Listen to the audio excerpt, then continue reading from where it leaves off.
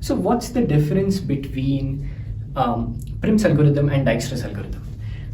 Both of them compute in the end a subtree, right? So Prim's algorithm computes what is called as a minimum spanning tree, versus Dijkstra's algorithm is computing a shortest path subtree, right?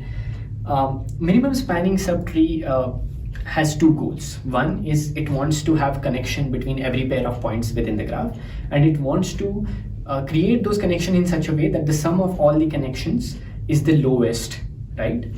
Whereas the shortest path subtree is more interested in a specific vertex called the source vertex. So it is trying to optimize everything for this source vertex. It is not interested in other vertices. It wants to make sure that the paths starting from the source vertex to all other vertices are the shortest.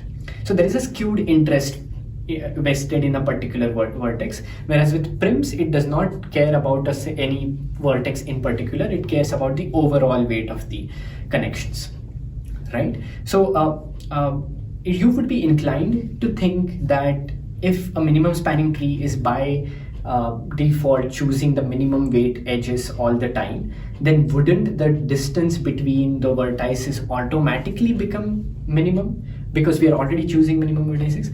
But that's not really correct. Let's look at a graph and try to produce both the minimum spanning tree and the shortest path subtree out of it to understand how they are different, right? So we have this graph here. How we would run Prim's algorithm on this now to produce the minimum spanning tree, right? Let's start with A. If you start with A, what is the minimum weight edge directly connected to A? You would choose this, right? So you write down C with a weight of 5. Then what are the fringe vertices for these two? You would look at 9, you would look at 8, you would look at 10. You chose the minimum one again. So you chose B with a weight of 8. Now look at all three and figure out which one is the lowest. So you have 9, but that does not help you in any way. You can use 10, 15 or 11. You choose to use 10, which is the lowest again, and you connect E, right? Now you look at the fringe vertices again, and the nearest edge weights are 11, 15, 7. You choose the lowest one, and 7 connects to D. And this is the MST, or minimum spanning tree, that you end up with after applying Prim's algorithm, right?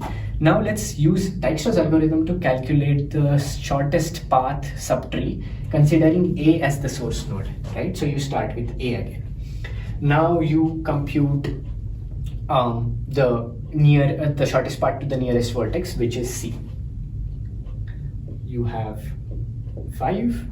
Now from here you figure out the shortest vertex, the next nearest vertex, which would be B again, right?